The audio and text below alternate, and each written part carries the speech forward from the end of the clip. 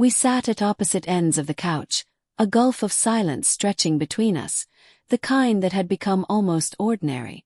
I scrolled aimlessly through my phone, the words on the screen leaving no trace.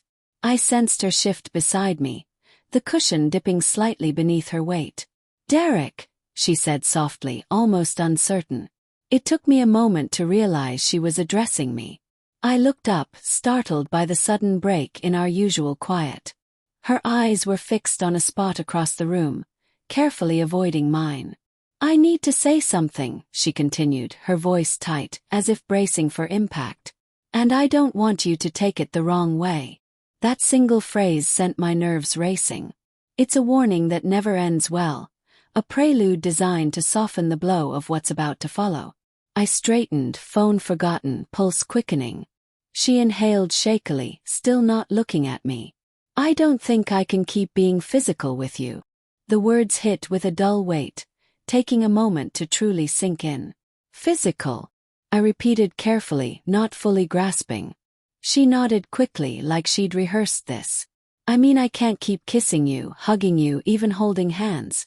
It just doesn't feel right anymore." The room shrank, the air turned heavy. My mind replayed her words again and again. No touch, no closeness, no bond. "Are you saying you don't want any affection at all?" I asked, throat dry. At last she met my eyes, but her look wasn't gentle or torn. It was flat, detached. "I just don't feel close to you anymore, Derek. It feels forced." That word struck deeper than anything else. Forced. It wasn't rejection of a single moment, but of everything I'd been fighting to keep alive. Every small gesture, reaching for her hand, kissing her forehead before work, quiet reassurances. Now all dismissed. We sat in silence, the space between us a canyon of absence. Outside sounds faded into a distant hum. I swallowed hard, searching for a response that wasn't bitter or begging, but nothing came. Finally, I stood and walked to the bathroom, closing the door with a soft click. I leaned over the sink, staring into the mirror, not for answers but because I had nowhere else to look. My reflection seemed weary, confused, almost unfamiliar, as though even the man in the glass didn't recognize who I had become. A man whose marriage had quietly slipped away. When I returned to the living room, she was back on her phone, her face unchanged, as if nothing had just shattered between us. I stood behind the couch, questions swirling in my chest, but none escaped my lips. Instead, I only said, "Okay." She looked over, briefly startled. "Okay, yeah," I added, my tone steady. "I heard you. I understand." She blinked, clearly expecting something else. An argument, a desperate plea, maybe a fight. But I wasn't giving her any of that. Something inside me had shifted. This wasn't just about touch. It was about what the lack of it meant. When someone you've loved for years says they can't even hug you, it isn't a preference. It's a message. A silent but final sign they've already let go, even if their bags remain unpacked. That night, we lay on the same mattress, the gap between us small but symbolic, a reminder of the distance that had grown for months, maybe years. I stared at the ceiling, listening to the faint hum of the fan, the creaks of the house, her shallow breathing. I didn't cry. I didn't rage. I felt only a sharp, quiet clarity. When the alarm buzzed the next morning, I didn't hit snooze. I sat up at once, feet hitting the cold floor with a certainty I hadn't felt in ages. I didn't linger, didn't reach for her, didn't hesitate. Just rose.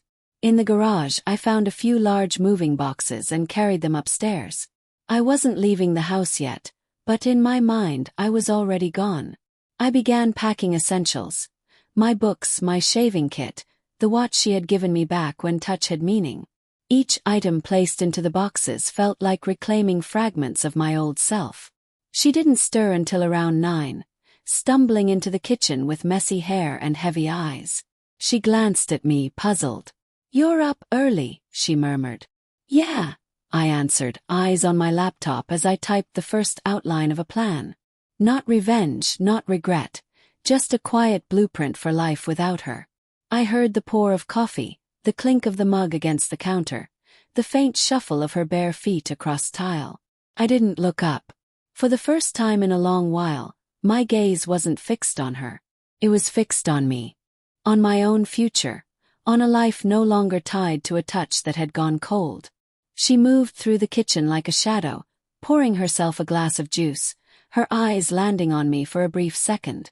"No kiss, no touch, of course," she muttered, her voice carrying something I couldn't quite name. I didn't look up, keeping my focus on the glow of my laptop screen. "Everything okay?" she asked, leaning against the counter, fingers tracing circles along the glass. I paused, closed the laptop slowly, and leaned back, meeting her eyes for the first time in days. "Everything is finally clear." She frowned, tilting her head slightly. "What do you mean?" I drew in a steady breath. "I've been trying to hold on to something you let go of long ago. Last night only confirmed it."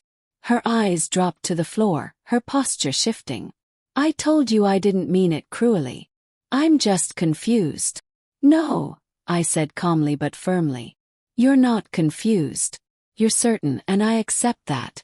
I'm not here to change your mind, but you'll have to respect my response." Her grip on the glass tightened. "What response?" "I won't chase someone who treats my affection like a burden." Silence. The kitchen clock ticked in the background. She had said it so plainly that night.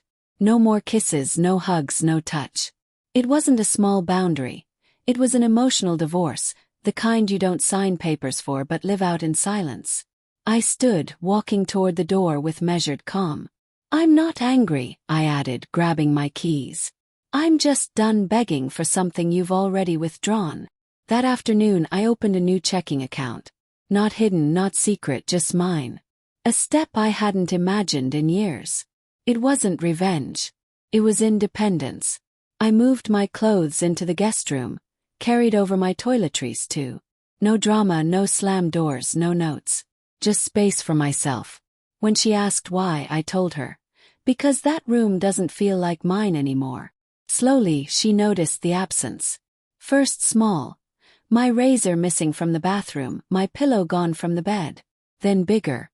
She started cooking more, playing our old playlists, inviting me to sit with her during shows.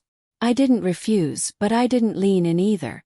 My responses were polite nods, distant smiles. I wasn't punishing her. I just refused to pretend. One evening she made lasagna, my favorite. She set the table carefully, poured my drink without asking like she once did. I thanked her, ate quietly, rinsed my plate and walked away. No fight, no warmth, just courtesy. 2 days later, she left a sticky note on my laptop. "I miss the way we used to talk." I read it, closed my laptop and went to bed. I didn't miss those talks. Not the way she hoped. I missed the woman who once made me feel like my presence mattered. That version of her wasn't here anymore. She tried again, wearing perfume I used to praise, leaning closer in conversation, tilting her head the way she once did when she wanted my attention. But it all felt hollow. You can't reject someone's touch, then expect it back when convenient. Love isn't a faucet to switch on and off. 3 weeks later, she sat beside me on the couch, closer than usual, her hand brushing mine. I let her fingers rest, but didn't return the gesture. Her eyes shone with tears. "I know I hurt you," she whispered. I nodded, still watching the muted TV. "I was confused," she pressed. "I didn't realize how far gone I was." I turned to her, calm. "And now?" She swallowed. "I want to try. I want us back." The confession she believed would reignite hope. But that hope had long crumbled. "I appreciate your honesty," I said, voice gentle but firm. "But I've already let go." Her face paled. "What does that mean?" "It means I can't give myself to someone who treated me like background noise."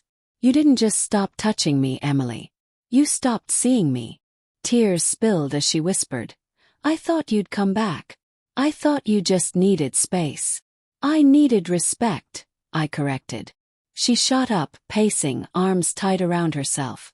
"I was scared," she choked. "Scared of being touched when I didn't feel connected. I didn't know how to explain it." "I understand," I said steadily.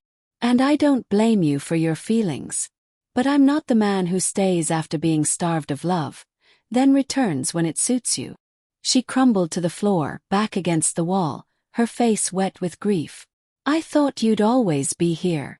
I drew a slow breath, leaning against the armrest. I was, until I realized you weren't. That night, I slept in the guest room again. But this time she knocked. Can I come in? She asked, her voice small. No, I answered softly. Not tonight. Her footsteps retreated down the hall. And by morning I packed a small suitcase.